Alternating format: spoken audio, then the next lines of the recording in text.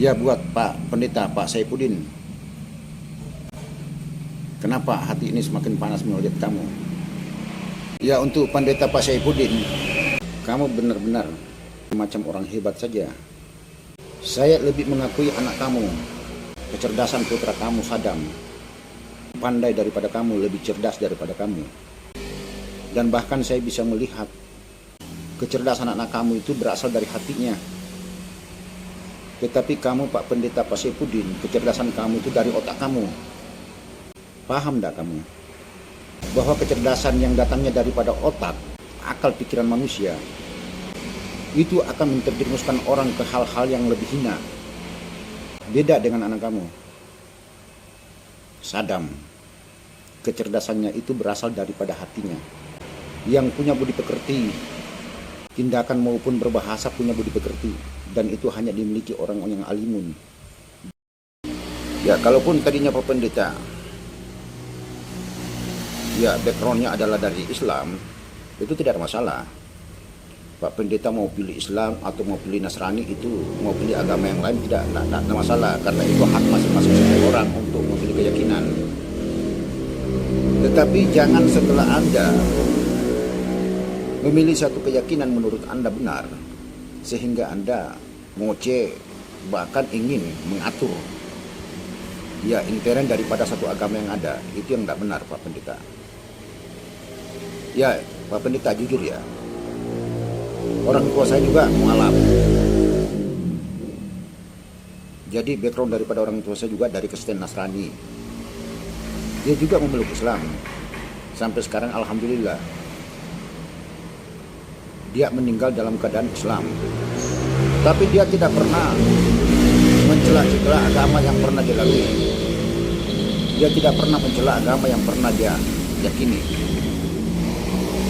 Ya kalaupun orang tua saya itu meninggalnya dalam keadaan Islam. Dan ingat satu Pak Pendeta, satu kekayaan yang paling besar untuk saya, di mana orang tua saya istiqomah dalam Islamnya.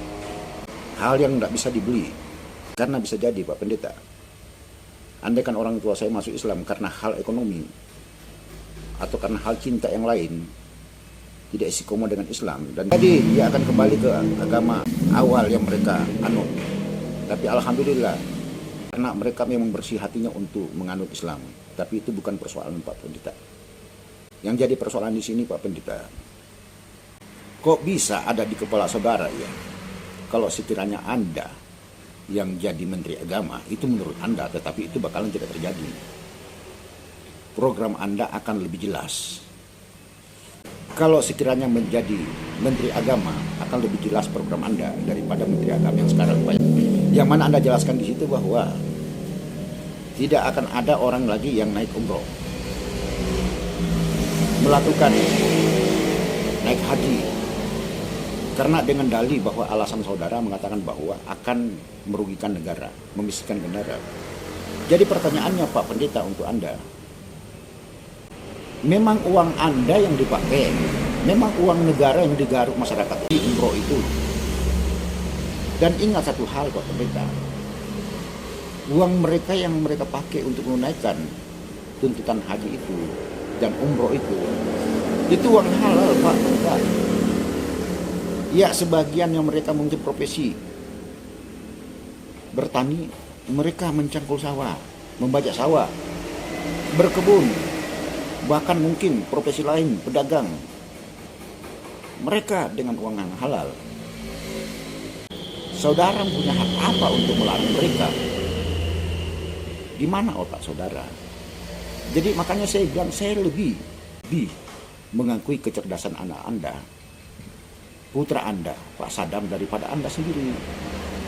Karena bahkan di sana setelah Anda berdialog dengan anak Anda sendiri, putra Anda sendiri, bahkan Anda, apakah Anda sadar apa tidak, memilih untuk tidak beragama. Nah sementara di sini Anda kan pendeta, seorang pendeta, bingung melihat saudara ini. Anda harusnya ditempatkan di mana? Nah kalau Anda tidak memilih untuk beragama, ya jangan tinggal di Indonesia. Karena kepercayaan apapun di Indonesia itu harus ada. Iya. Pak Pendeta tahu sendiri, dasar negara kita Pancasila itu, tuntutan awal yang dituntut adalah percaya adanya Tuhan, ketuhanan yang Maha Esa.